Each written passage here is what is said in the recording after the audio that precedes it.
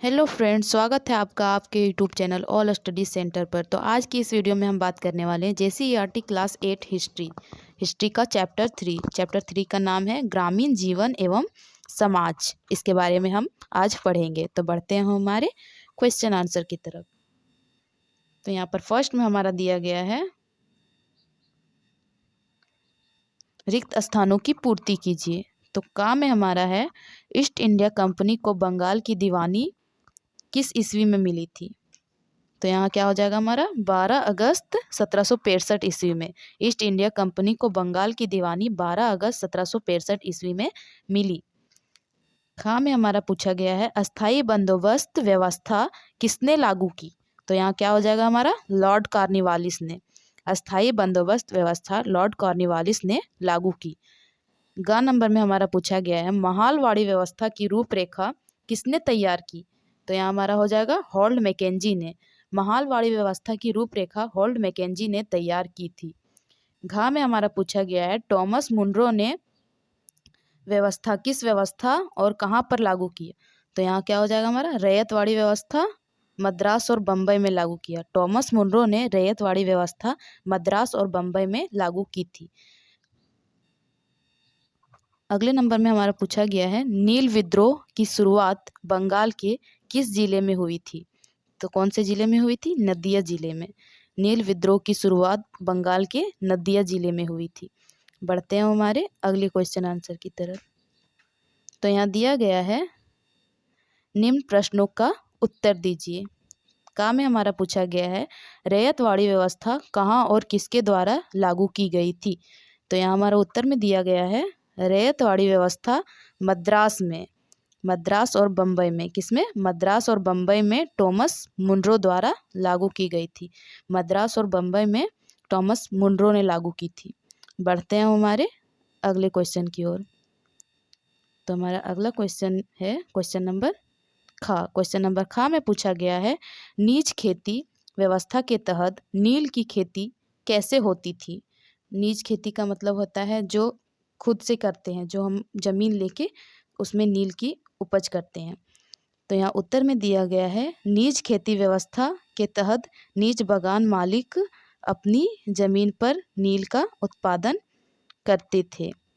जमीन कम पड़ने पर वे दूसरे जमींदारों से जमीन भाड़े पर लेकर उनमें नील की खेती मजदूरों द्वारा करवाते थे। मतलब नीच खेती जो है वो करते थे, जो फार्मर होते हैं किसान होते हैं वो अपनी खेत पर करते थे कुछ हिस्सों में।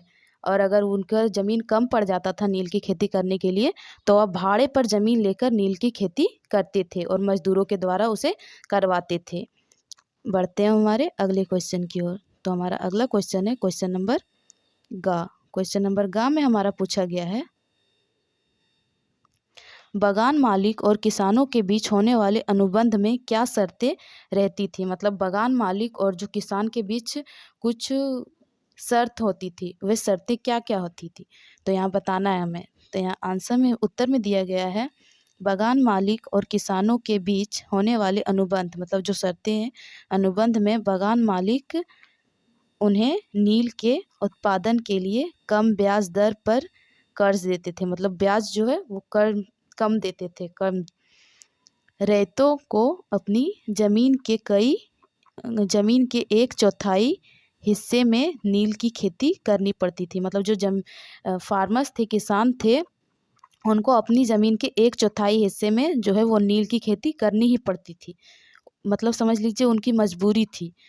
किसान फसल उत्पादन के बाद उसे बागान मालिक को सौंप देते थे। मतलब जब खेती हो जाती थी उसके बाद वह उसे बागान मालिक को सौंप देते थे। उसे नील की बेहद कम कीमत मिलती थी। मतलब जो किसान थे उन्हें नील की कीमत ना के बराबर मिलती थी।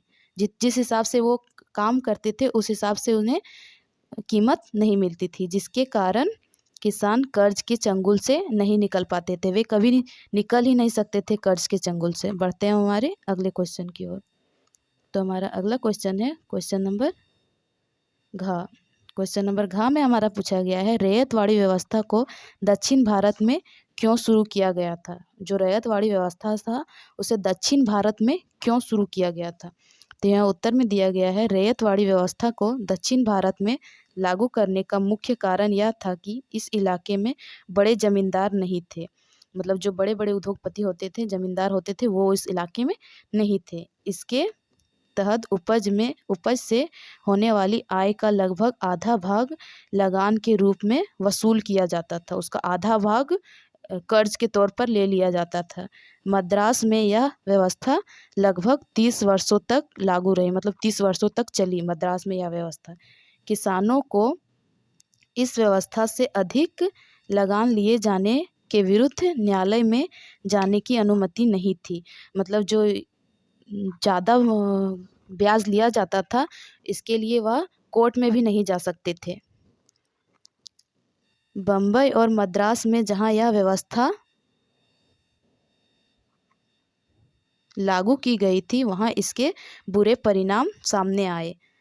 लगान की राशि अधिक होने के कारण किसानों को कभी कभी लगान चुकाने के लिए साहूकारों से कर्ज लेना पड़ता था। मतलब जो वहाँ के साहूकार रहते थे, मतलब जिनके पास ज़्यादा पैसा होता था, ज़मीन होता था, उनसे वह कर्जा लेते थे, जिसके कारण धीरे धीरे वे अपनी ज़मीन से मालिकाना हक भी खोते गए। मतलब जो साहूकार होते थे वो भी उन्हें लूट लेते थे।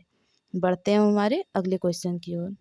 तो हमारा अगला क्वेश्चन है क्वेश्चन नंबर अंगा। क्वेश्चन नंबर अंगा में हमारा पूछा गया है, यूरोपीय बाजारों में भारतीय नील की मांग क्यों थी? मतलब जो यूरोप का बाजार था, वहाँ भारतीय नील का इतना डिमांड क्यों था? तो यहाँ उत्तर में दिया गया है, यूरोपीय बाजारों में भारतीय नील की बहुत मांग थी। इसकी कीमत भी काफ़ी ऊंची थी। इसका प्रमुख कारण यह था कि भारतीय नील उच्च गुणवत्तापूर्ण होता था। मतलब जो भारत से नील उगाया जाता था, उसमें बहुत सा क्वालिटी होता था, जिससे कपड़ों में काफ़ी चमक आ जाती थी। मतलब कपड़ा जो है वो अच्छा दिखने लगता था उससे।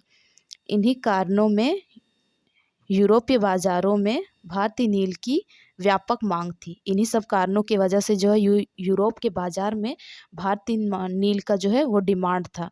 थैंक यू इस वीडियो को पूरा देखने के लिए। प्लीज़ चैनल को सब्सक्राइब कीजिएगा। एंड इस वीडियो से रिलेटेड अगर आपके पास किसी तरह का कोई डाउट होगा तो प्लीज़ नीचे कमेंट करके पूछिएगा। Thank you for watching me.